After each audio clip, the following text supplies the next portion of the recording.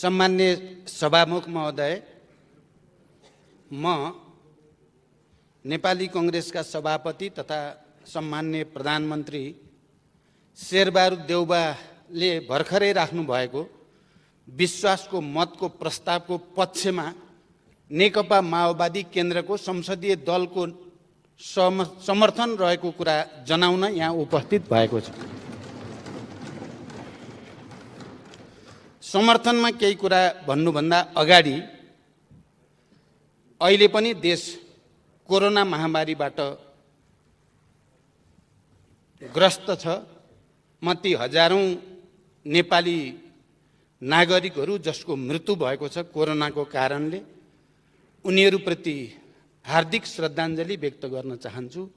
सबै संक्रमितहरू जो अस्पतालमा या घरमा आइसोलेसनमा हुनुहुन्छ सबैको शीघ्र स्वास्थ्य लाभको कामना गर्न चाहन्छु। त्यसैगरी अहिले बर्खायाम छ, बाढी पहिरोको कारणले पनि धेरै नेपालीहरूको ज्यान गएको छ, उनीहरूप्रति पनि श्रद्धा व्यक्त गर्न चाहन्छु र ती सबै मृतकका शोक सन्तप्त परिवारहरूप्रति हार्दिक समवेदना व्यक्त गर्न चाहन्छु हाम्रो दलको तर्फबाट र घाइतेहरूको शीघ्र स्वास्थ्य लाभको कामना गर्न चाहन्छु।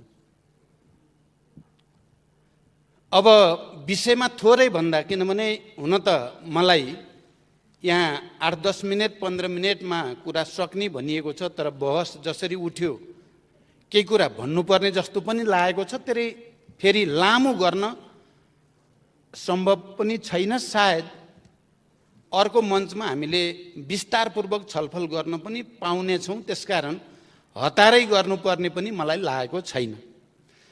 तैपनि हामी बडो विचित्रको अनुभव, राजनैतिक अनुभवबाट गुज्रिन बाध्य भएका छौँ। संविधान सभाबाट संविधान हामीले मिलेर बनायौँ, निरङ्कुशताका विरुद्ध आन्दोलन हामीले मिलेर गर्यौँ, निर्वाचन हामीले मिलेर लड्यौँ, प्रतिस्पर्धा पनि गर्यौँ र एउटा सपना, एउटा परिकल्पना हामीले गरेका थियौँ। तर अहिले 5 वर्ष नपुग्दै दुईपटक संसद विघटन अनि फेरि अदालतबाट संसद पुनर्स्थापनाको नेपालको इतिहासमा सायद यस्तै अनुभव त पहिलाको छैन। हुन त एकजना मान्नेले विगतका थुप्रै विघटनका अनुभवहरू तिता मिठा रहेको कुरा बताउनु भयो, तर यस्तो अनुभव यस्तै किसिमको त थिएन। 2/3 बहुमतको प्रधानमन्त्रीले आफ्नो बहुमत हुँदा हुँदै पटक पटक संसद विघटन गर्ने र देशलाई दुर्घटनामा धकेल्ने त पहिलो पटक नै नेपालको इतिहासमा भएको हो। यो विडम्बना आज मैले चाहिँ यो सम्मानित सदन अगाडि मैले बोल्नु पर्दा, जसले गठबन्धनबाट एउटा राजनीतिक स्थायित्व होला देशमा भन्ठान्यो र प्रस्ताव लिएर गयो, त्यो मान्छेले बोल्नु पर्दा पार्टी एकता गरौँ र देशमा लेफ्टहरूको राम्रो जनाधार छ, ठुलो उभार आउला र विकास समृद्धितिर देश लान सकिएला भनेर एकताको प्रस्ताव राख्ने मान्छेले आज उभिएर यो सदन दोस्रो पटक पुनर्स्थापित भएको सदनको अगाडि उभिँदा अब मेरो अनुभूति के होला? मलाई लाग्छ मान्य सदस्यहरूले गहिरो गरी विचार गर्नुभयो भने त्यसलाई बुझ्न सक्नुहुन्छ भन्ने मलाई लाग्छ। यस्तो दुर्दशा यति छिटो देख्न पर्ला भनेको भए मैले किन गठबन्धनको प्रस्ताव लान्थेँ होला, किन पार्टी एकताको प्रस्ताव लान्थेँ होला। त्यसकारण मैले यहाँ अहिले पनि त्यति स्वाभाविक लागिराखेका छैन यो बीचका घटनाक्रमहरू पनि। म विषयमा 2-4 कुरा भन्नुभन्दा अगाडि नै के भन्न चाहन्छु भने, अस्ति प्रधानमन्त्रीको शपथ ग्रहण कार्यक्रम या नियुक्तिको प्रक्रियाभित्र हामी राष्ट्रपति भवनमा, राष्ट्रपति कार्यालयमा चाहिँ केही अस्वाभाविक खालका परिघटना भए। मैले खालि ध्यानाकर्षण मात्रै गराउन चाहन्छु। त्यहाँ प्रधानमन्त्री नियुक्तिको सन्दर्भमा प्रयोग भएको भाषा जो थियो संविधानको मर्म र भावना विपरीत थियो। र शपथ ग्रहण नै रोकिएको थियो। त्यो आफैमा यस्तो खालको पटक पटक हुने कुरा थिएन। त्यो भन्दा पनि हरेक पटक हामी शान्ति प्रक्रियामा आएपछि पनि आउने प्रधानमन्त्री र जाने प्रधानमन्त्री साइड बाई साइड कुर्सीमा बस्ने, त्यो कांग्रेसको होस् कि कम्युनिस्टको होस्, त्यो एमालेको होस् कि माओवादीको होस्, त्यो अर्को कसैको किन नहोस्, हुन्थ्यो र शपथ ग्रहण पछि कुर्सी साटिन्थ्यो। तर अहिले सम्माननीय शेरबहादुर देउबाजीका सन्दर्भमा त्यो दृश्य देखिएन। निवर्तमान प्रधानमन्त्री त्यहाँ उपस्थित हुन आवश्यक ठान्नु भएन। हेर्दा त सानो टेक्निकल कुरा भन्न पनि सकिन्छ, तर यो को भित्र लोकतान्त्रिक संस्कार छ, भिन्न मतलाई स्वीकार्न सक्ने आँट कोमा छ, भिन्न परिस्थितिको सामना गर्ने आँट कोसँग छ छैन भन्नेसँग सम्बन्धित एउटा गम्भीर नैतिकताको प्रश्न, संस्कारको प्रश्न, लोकतन्त्रसँग जोडिएको प्रश्न भन्ने म ठान्छु।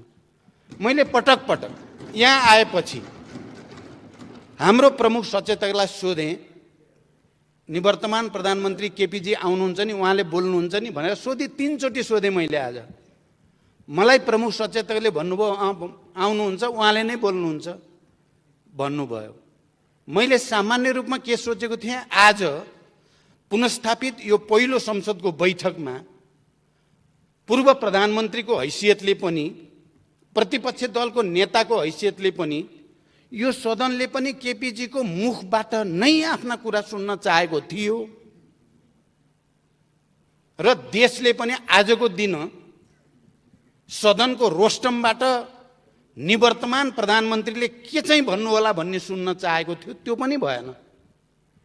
अब उहाँ अरू बिमारी भएर केही हो कि मलाई त्यो त थाहा छैन, तर मलाई उहाँले नै बोल्नुहुन्छ भनिएको थियो। यो पनि मलाई अलिकति अस्वाभाविक जस्तो चाहिँ महसुस भएको छ। यो लोकतान्त्रिक संस्कार हो कि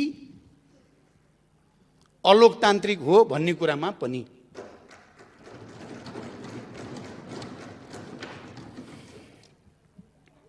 भनिन्छ के भने तर्क त धेरै गर्न सकिन्छ, तर धेरै तर्कलाई एउटै तथ्यले चाहिँ राम्रैसँग खण्डन गर्न सक्छ पनि भनिन्छ। अहिले अघि प्रतिपक्षको तर्फबाट मान्य सदस्यले जे जति कुरा राख्नुभयो, हामी त्यही पार्टीको नेतृत्वमा नबसेको हुन्थ्यौँ भने त हामी केपीजीको अहङ्कार र दम्भको अत्याचारको जाँतोमा नपिसिएका हुन्थ्यौँ भने त उहाँले भनेको चाहिँ अलिअलि हो कि भन्न पनि सकिन्थ्यो।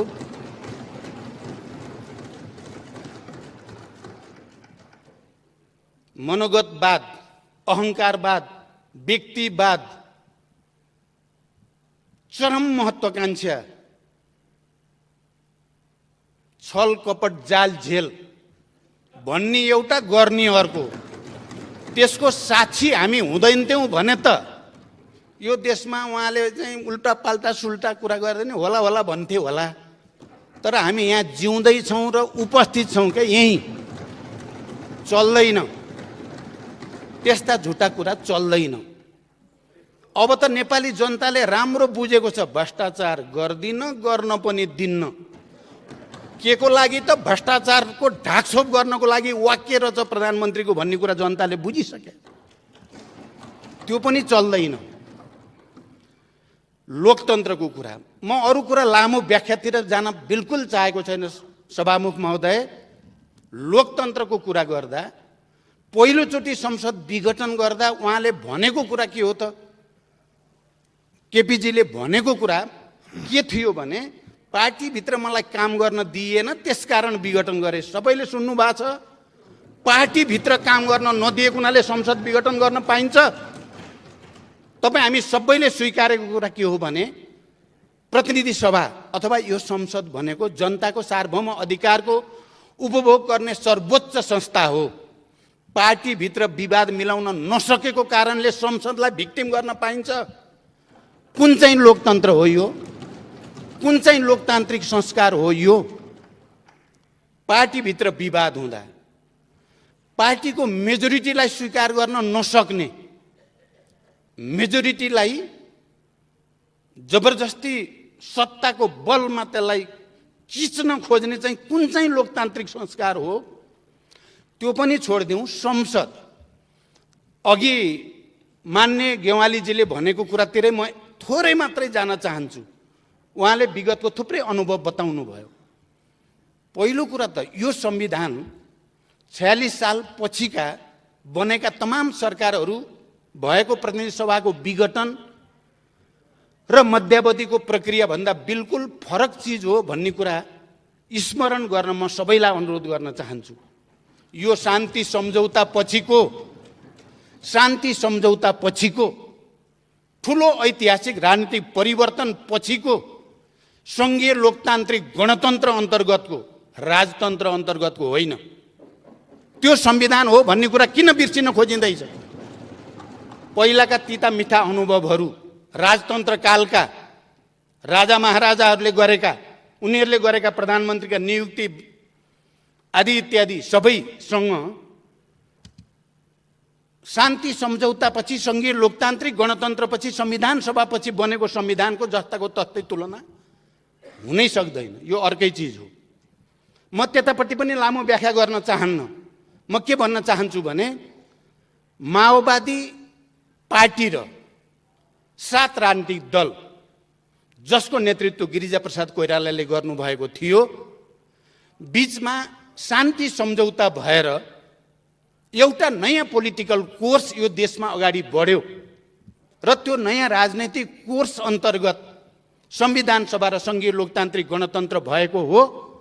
र विगतका अनुभवहरू, विगतका अरू त भइहाले, 46 सालको ऐतिहासिक जनआन्दोलन पछिका सरकार बन्ने र भत्कने अनुभवहरूको शिक्षा लिएर नै सचेत रूपले तपाईँ हामी सबै होइन, अहिले जो साथीहरू बडो चिन्ता लाग्यो भन्नुभयो, ती चिन्ता गर्ने साथी पनि संविधान सभामा हुनुहुन्थ्यो होइन र? तपाईँहरू पनि संविधान बनाउनेमा सहभागी होइन र?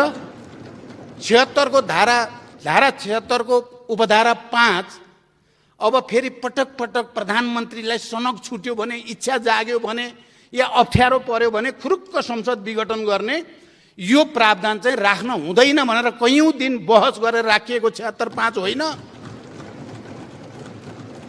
अनि तपाईलाई यो 76(5) ले बडो त्यत्रो चिन्ता लागेको छ भने मान्य सदस्यहरूलाई म भन्न चाहन्छु, प्रतिपक्षी दलमा रहनु भएकालाई तपाईको इमानदारीता के हुन्थ्यो, तपाईको लोकतान्त्रिक संस्कार के हुन्थ्यो भने संविधान संशोधन गरौं।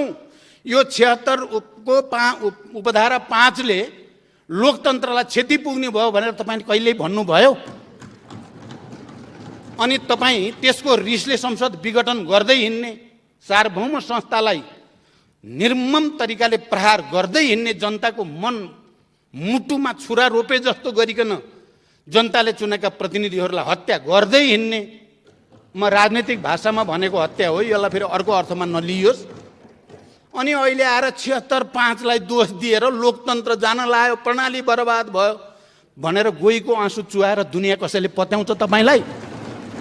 किन पत्याउने तपाईलाई? बार बार विघटन गरेर लोकतन्त्रको चाहिँ निर्मम हत्या गर्ने, अनि चाहिँ बडो चिन्ता, प्रणालीको चिन्ता। 76(5) के हो? 76(5) सार्वभौम यो प्रतिनिधि सभाको विशेषाधिकार हो। त्यो पार्टी भन्दा माथि जनताको सार्वभौम अधिकारको संरक्षण गर्नको लागि प्रतिनिधि सभालाई दिएको विशेषाधिकार हो। त्यो त्यसको प्रयोग हुँदा तपाईहरुलाई त्यत्रो चिन्ता?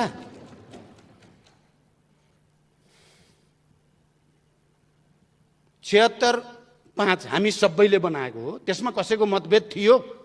जो साथीहरुको मतभेद थियो ती मतभेद हुने साथीहरुको त अरु थुप्रै विषयमा थियो, तर जसले हामी संविधान लेख्यौं हाम्रो सर्वसम्मत थियो।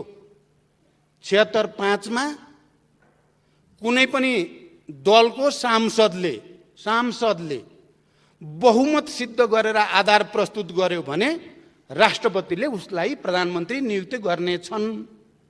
एकदम प्रष्ट कुरा त्यही हो। दल भन्दा बाहिर भन्या छैन। कतिपयले तर्क गरे 2 अनुसार पनि भनेको छ नि 5 मा भन्ने तर्क पनि कतिपयले गर्ने गरेको पाइन्छ। 2 अनुसार भनेको हामीले त्यति बेला संविधान बनाउने बेलामा पनि बुझेको, आज पनि त्यसको व्याख्या भएको कुरा के हो भने यो प्रतिनिधि सभा भन्दा बाहिरको मान्छे आएर प्रधानमन्त्री बन्न नपाओस् भनेर त्यसलाई रोक्न खोजेको सम्पूर्ण अधिकार यहाँ प्रतिनिधि सभामा राख्न खोजेको। म मान्य सदस्यहरूको ध्यान त्यतापट्टि आकर्षित गर्न चाहन्छु। अहिले सम्माननीय प्रधानमन्त्री शेरबहादुर देउबा नेपाली कांग्रेसको सभापति हो र यो सदनका कुनै पनि मान्य सदस्यले उहाँलाई भोट हाल्ने अधिकार, मत दिने अधिकार दिएको हो। 5 ले दिएको हो, दिएको मात्रै होइन, तपाईँ हामी सबैलाई थाहा छ 149 जना मान्य सदस्यहरूको हस्ताक्षर सहित राष्ट्रपतिकामा राष्ट्रपतिजीले भने अनुसार नै दाबी प्रस्तुत गरेको हो। म पनि त्यही छु राष्ट्रपतिजीसँगै। त्यति बेला हामीले भनेका थियौं संविधान त राष्ट्रपतिजी तपाईले इफ गर्ने ठाउँ पनि छैन, बट गर्ने ठाउँ पनि छैन। अब शेरबहादुरजीलाई प्रधानमन्त्री नियुक्ति गरिदिनुस्, विश्वासको मतको निम्ति सदन पठाइदिनुस्। एकदम सिधा, संविधान पनि सिधा छ, त्यसको व्याख्या पनि हामीले बुझेका छौं। त्यसकारण यहाँ ठाउँ छैन र मैले त राष्ट्रपतिजी प्रति विश्वास व्यक्त गरेको थिएँ। त्यहाँ हुने यहाँ माधव नेपालजी पनि हुनुहुन्छ, शेरबहादुरजी हुनुहुन्छ, अरू नेताहरू पनि हुनुहुन्छ। त्यसकारण तपाईले अब 149 जनाको हस्ताक्षरको शनाखत गर्न चाहनुहुन्छ, हामी तयार छौं। हामी जीवित सजीव उपस्थित हुन पनि तयार छौं। तर त्यहाँ हस्ताक्षर छ, त्यसकारण राष्ट्रपतिको जिम्मेवारी हुन्छ सदनमा पठाइदिने। ल यो अनुसार हो नियुक्ति गरेर विश्वासको मत लिन सदन पठाइदिने। अनि सार्वभौम संस्थाले विश्वासको मत दियो, उहाँ प्रधानमन्त्री कन्टिन्यू गर्नुहुन्छ, भएन उहाँ जानुहुन्छ। मैले यो कुरा भनेको थिएँ र मलाई आशा थियो उहाँले त्यही गर्नुहुन्छ, तर उहाँले त्यसो गर्नु भएन। हुँदै नभएको 153 भएर प्रधानमन्त्री त्यति बेला केपीजीले 3 जनाको हस्ताक्षर रहेछ, लास्टमा त 3 जनाको पो रहेछ हस्ताक्षर त, अरूको त लएर 153 दाबी गर्नेलाई पनि उस्तै 149 जनाको चाहिँ हस्ताक्षर लिएर बकाइदा नेताहरू पूर्व प्रधानमन्त्रीहरूको लाइन गएका छौँ हामी, त्यसलाई पनि उस्तै। यो पो हो लोकतन्त्रप्रतिको उपहास। यति सोझो कुरालाई बुझ्न यति गाह्रो किन भइरहेको छ हामीलाई? त्यसकारण अहिले हामीले नै होइन र तपाईँ हामी सबैले सर्वसम्मत रूपमा संविधानको अन्तिम व्याख्या त सर्वोच्च अदालत हुनेछ। लेख्ने हामी होइन, सही गर्ने हामी होइन, सर्वोच्चले गर्यो। पहिलो संसद विघटन हुँदा पनि हामीले जनताको आवाज पनि सुन्यौं। बुद्धिजीवी, पत्रकार सबै मैले त भन्ने गरेको छु, बेस्ट ब्रेन नेपालकाहरूको सुनियो हामीले आवाज। अदालतले अन्ततः संविधानको मर्म र भावना अनुसार नै संसद पुनर्स्थापना गर्यो। पुनर्स्थापना गर्नु पो लोकतान्त्रिक भयो त यसलाई हत्या गर्नु लोकतान्त्रिक हुन्छ? अहिले पनि 76-5 मा गएर पर्यो, जालझेल त पहिल्यै भयो नि। 3 को प्रधानमन्त्रीले 4 मा चाहिँ आफैले मार्ग प्रशस्त गर्छु भनेर 5 मा फेरि लास्टमा दाबी गरेर रातारात संसद विघटन गर्ने लोकतन्त्र, यो संविधान मिचियो, लोकतन्त्र मिचियो भन्ने चाहिँ फेरि अराजक प्रणालीविहीन, यो मिल्ने कुरा हो र यो कहाँ मिल्यो? क्या कुराको तालमेल तारतम्य त मिल्नु पर्यो नि कहीँ न कहीँ। अनि अदालतले 76 अस्ति हाम्रो राष्ट्रपति कार्यालयमा छलफल हुँदा पनि यही विषय भएको थियो। 76-5 अनुसार 149 जनाको हस्ताक्षर लिएर गएपछि शेरबहादुरजीलाई प्रधानमन्त्री नियुक्ति नगर्नु पो संविधान विरोधी काम भयो, लोकतन्त्र विरोधी काम भयो। अदालतले नियुक्ति गरे होइन शेरबहादुरलाई, 76-5 को व्याख्या गरे हो। एकदम क्लियर होस्, 76-5 को व्याख्या गरिदियो। 76-5 सबै मान्य सदस्य तपाईँ हामी सबैलाई विवेक प्रयोग गर्ने विशेषाधिकार हो। यो संविधानले दिएको, सङ्घीय लोकतान्त्रिक गणतन्त्रको संविधानले संसदलाई दिएको, सांसदहरूलाई दिएको विवेक प्रयोग गरेर भए पनि अकालमा मृत्यु हुनुबाट संसदलाई बचाऊ भने होइन। अनि बचायो, सिधा छ कुरा। यहाँ हाय तौबा गर्नुपर्ने म त कहीँ कुरा देख्दिनँ। म फेरि हाम्रो प्रतिपक्षीको साथीहरूलाई लौ निर्दलीय हुने भयो, कत्रो चिन्ता हो। निर्दलीय किन बनायो हामीले? निर्दलीय संविधान उपधारा 5 किन राखे हामीले? अनि सबै ठाउँमा हुइप नलाग्ने भनेको छ र? जुन ठाउँमा प्रतिनिधि सभाका सदस्यहरूलाई आफ्नो अन्तरात्माको आवाज सुन, प्रतिनिधि सभा बचाऊ, संविधान बचाऊ भनेर अधिकार दियो, त्यो अधिकार प्रयोग गर्ने चाहिँ निर्दलीय, त्यो अधिकारलाई कुण्ठित गर्न चाहिँ दलीय। कसरी मिल्छ यो कुरा? मैले कहीँ कतै छेउटुप्पो देख्दिनँ। अहिले भन्दै जाँदा एउटा वाक्य प्रयोग गर्नु मलाई छ्यास्स चाहिँ बिज्यो। म यो कुरा पनि भन्न चाहन्छु, युद्धमा जित्न नसकेर हारेर आएर लोकतन्त्र मानेका हामी होइनौँ भन्नुभयो क्या उहाँले, मान्य गेवालीजीले। मलाई र शान्ति सम्झौताका सहयात्री सबैलाई चित्त दुख्ने कुरा हो भन्ने लागेको छ यो कुरा। उहाँले त बडो हल्का ढङ्गले भनिदिनु भयो। तपाईँ नेकपा एमालेको त्यति बेलाको तिनै नेता मध्ये होइन जो माओवादी आन्दोलनका नेताहरू, यहाँ बाबुरामजी यहीँ हुनुहुन्छ, हामी यहाँ सबै नेताहरू कमान्डरहरू हामी यहीँ छौँ। पटक पटक कहिले रोल्पामा, कहिले काठमाडौँमा, कहिले कहाँ भूमिगत रूपले माओवादीसँग संविधान सभामा गणतन्त्रमा सहमति गरौँ भन्न आउने तपाईँहरू नै होइन? अहिले तपाईँ पनि हुनुहुन्थ्यो नि त एकचोटि युद्धमा, टाउको काट्नेमा तपाईँ हुनुहुन्थेन र? मलाई किन भन्न बाध्य पार्नुभयो तपाईँले? तपाईँले भन्न के खोजेको? शान्ति सम्झौता गलत थियो भन्न खोजे हो, या माओवादीले लोकतन्त्रको पक्ष लिन हुन्न भन्न खोजे हो? क्या हो? माओवादीले चाहिँ संविधानको पक्षमा बोल्न हुन्न। बरु मैले त के देख्छु नेपालको इतिहासमा, जो जति पछि हतियार उठाएर शान्ति प्रक्रियामा आयो त्यो त्यति बढी लोकतान्त्रिक भएको, त्यो उदार भएको देखेको छु मैले त। अनि तपाईँले माओवादीलाई चाहिँ लोकतन्त्रको कुरा गर्न नपाउने, युद्ध हारेर आएर अहिले लोकतन्त्रवादी हुन खोजेको भन्ने, हारेको हो, तपाईँहरूले जिते हो। यही हो त तर्क। यसले नै नेपालको शान्ति प्रक्रियालाई दिगो बनाउँछ त यही विचारले। यति हेपाई तपाईँ यहीँ पनि, तपाईँहरू अरूलाई त सायद सामान्य नै लाग्या नै हुनसक्छ, तर मलाई त बेसरी घोच्यो त्यसले।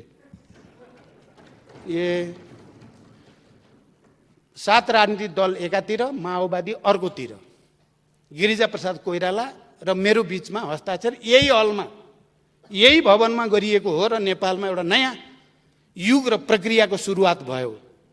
त्यसलाई सम्मानित गर्नुको सट्टा आज आएर युद्धमा जित्न नसके उनीहरूले लोकतन्त्रको बाध्य भएको पार्टी होइन एमाले रे।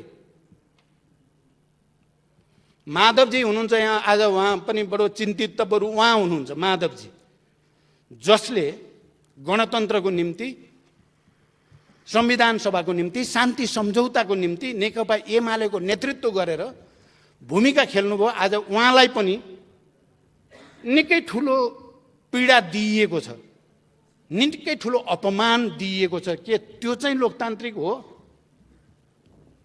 जसलाई सम्मान गर्नुपर्ने हो उसलाई अपमानित गर्ने चाहिँ लोकतन्त्र हुन्छ? त्यसैकारण मैले नै भन्छु, यहाँ चाहे नेपाली कांग्रेसले 7 सालमा हतियार उठायो, 17 सालपछि पनि उठाएको हो। नेकपा एमालेको पृष्ठभूमि पनि हतियार उठाएकै पृष्ठभूमि हो। अनि तपाईहरू चाहिँ लोकतान्त्रिक हुन पाउने, अलि अगाडि आएको हुनाले पाउने, माओवादी चाहिँ नपाउने भन्ने हुन्छ? के तर्क हो यो? क्या सानो तर्क देखिन्छ, तर त्यो भित्र धेरै गहिरो कुरा छ। यही कारणले शान्ति प्रक्रिया टुङ्ग्याउन अरुचि देखिने कारण पनि यही हो कि त्यसकारण म अब टुङ्ग्याउनेतिर जान्छु। म यो सम्मानित सदन अगाडि नेपालको इतिहासको वास्तविकतालाई कसैले पनि बङ्ग्याउने कोसिस नगरौँ। शान्ति सम्झौता संविधान सभा र सङ्घीय लोकतान्त्रिक गणतन्त्र पछि बनेको संविधान हो यो। यसमा थुप्रै नयाँ प्रावधानहरू छन्।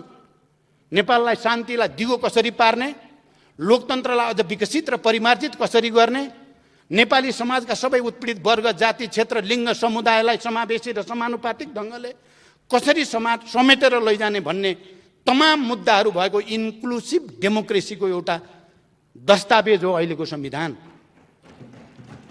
यो कुरालाई आत्मसात गर्न छोडेर अब हामीले एकले अर्कालाई घारे हात लाउन थाल्यौँ भने हाम्रो भाग्य भविष्य के हुन्छ? चिन्ता त त्यहाँ पो छ त।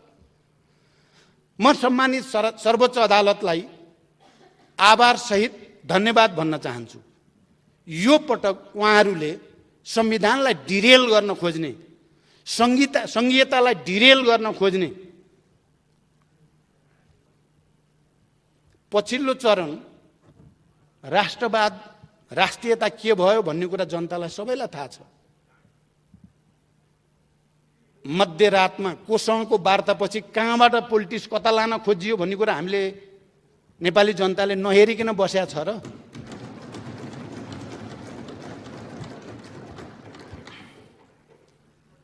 पटक पटक कम्युनिस्ट आन्दोलनलाई एकताबद्ध गर्ने, पार्टीलाई एकताबद्ध गर्ने, उदारतापूर्वक तपाईँ 5 वर्ष चलाउनुहोस्, पार्टी चाहिँ गडबड नगरौँ भन्ने माथि निर्मम ढङ्गले प्रहार गर्ने प्रवृत्ति कसरी लोकतान्त्रिक हुन सक्छ? त्यसकारण अब भन्न थाल्यो भने धेरै नै हुन्छ। तर कुरा के हो भने सर्वोच्च अदालतले नेपालको संविधानको रक्षा गर्ने, यो प्रतिनिधि सभालाई फेरि एकचोटि जीवन्त बनाउने जुन व्याख्या गर्यो, हामी सबैले आभार व्यक्त गर्नुपर्दछ। र विवेकको मत प्रयोग गर्ने यो धारामा म प्रतिपक्षका साथीहरूलाई पनि एकचोटि ठन्डा दिमागले विचार गर्न, साँच्चै विवेक प्रयोग गरेर, मलाई लाग्छ तपाईँहरूमध्ये धेरै जसोलाई यो संसद पुनर्स्थापना भएकोमा आनन्द भएको छ। मैले बुझ्छु नि, मैले नबुझ्ने होइन नि कुरा, थाहा छ नि मलाई। आनन्द भएको छ, फेरि पुनर्स्थापना बल्ल बचियो। त्यो अन्तरात्माको आवाज बोलिदिनुहोस् आज र सबै मिलेर शेरबहादुरजीलाई विवेकको मत प्रयोग गरेर प्रधानमन्त्रीमा समर्थन गरिदियो। एउटा एकताको, सहकार्यको एउटा नयाँ युगको सुरुवात आजकै दिनबाट हुन सक्छ। त्यो ठुलो छाती हामीले गर्न केले रोक्छ? सभामुख महोदय, त्यसकारण मैले त उहिले शान्ति प्रक्रियामा आउँदा हाम्रो नेतृत्वको सिङ्गै टिमले अब यो देशले योभन्दा बढी धान्दैन, अब जानुपर्छ भनेर एकपटक होइन, 2 पटक होइन, सबभन्दा बढी तत्कालीन नेकपा एमालेका नेताहरूसँग, मुख्यतः माधव कुमार नेपालसँग भएका पटक पटक वार्ताले शान्तिको वातावरण बन्यो। म एमालेका नेता तमाम कार्यकर्ताहरूलाई धन्यवाद भन्न चाहन्छु र गिरिजा प्रसाद कोइरालासँग पटक पटक भएका वार्ताले 12 बुँदे समझदारीको आधार बन्यो। नबिर्सौँ हामी इतिहासको यो सच्चाइलाई। कसले कति त्याग गरेर यो बनेको हो भन्दा सबै नेपालीहरूले जनयुद्ध र जनआन्दोलनमा गरेको त्यागको परिणाम हो यो। हजारौं शहीदहरू, बेपत्ताहरू, घाइते अपाङ्गहरूको बलिदानबाट जन्मिएको हो यो, नबिर्सौँ। म त के ठान्छु भने माओवादी केही पनि होइन, यसलाई अब मिचिदिए हुन्छ भन्ठानेका केही साथीहरूले। माओवादी चाहिँ अब विभाजित पनि भएको छ, यसको ओज ताप पनि घट्या छ, त्यसकारण यसलाई खिचिदिए हुन्छ भन्ने लाग्यो क्या हाम्रो साथीलाई। मैले त पटक पटक भन्थेँ आगोसँग खेल्ने काम चाहिँ त्यति राम्रो हुँदैन। त्यो राम्रोसँग यो आगोलाई एउटा इनर्जीमा परिणत गर्नेतिर ल्याइया छ। अहिले तपाईँहरूले हेर्नुभयो भने यसलाई हेप्न थाल्नुभयो, अपमानित गर्न थाल्नुभयो भने आगो फेरि सल्किन सक्छ। त्यो बुद्धितिर हामी कोही नजाउँ। मैले के भन्छु भने मान्य ओलीजी, निवर्तमान प्रधानमन्त्री यहाँ हुनु भएन, उहाँले सुनिराख्नु भएको होला। व्यक्तिगत अहङ्कार र दम्बले इतिहास निर्माण हुँदैन। बनेको इतिहासलाई तपाईँले जबरजस्ती आफ्नो व्यक्तिवादी चरित्रले चाहिँ निमिट्यान्न पार्छु भन्ने ठान्नु भएको भने तपाईँले ब्लन्डर गर्नुभएको, त्यसको फल भोग्दै हुनुहुन्छ, भोग्दै जानुहुन्छ अझै।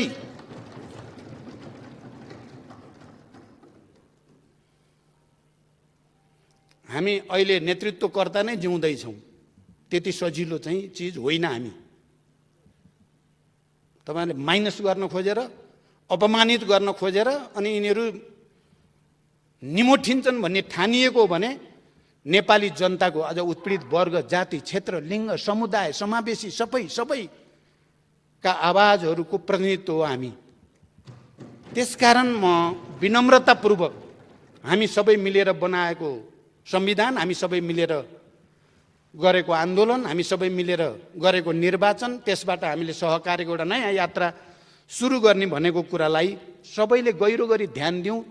सबैले आफ्नो आफ्नो अन्तरात्मामा फर्केर हेरौँ, कसले कति त्याग गर्यो, कसले कति जाल झेल गर्यो, कसले अन्तरात्माको आवाज बोलेको छ, कसले जाल झेल र फट्याइ बोलेको छ भन्ने कुरा इतिहासले र नेपाली जनताले भोलि न्याय गर्नेछन् भन्ने विश्वाससहित फेरि एकचोटि यो परिवर्तनको निम्ति ज्यान गुमाउने सबैप्रति श्रद्धाञ्जली र सम्मान व्यक्त गर्दै म आफ्नो भनाइ टुङ्ग्याउँछु। धन्यवाद।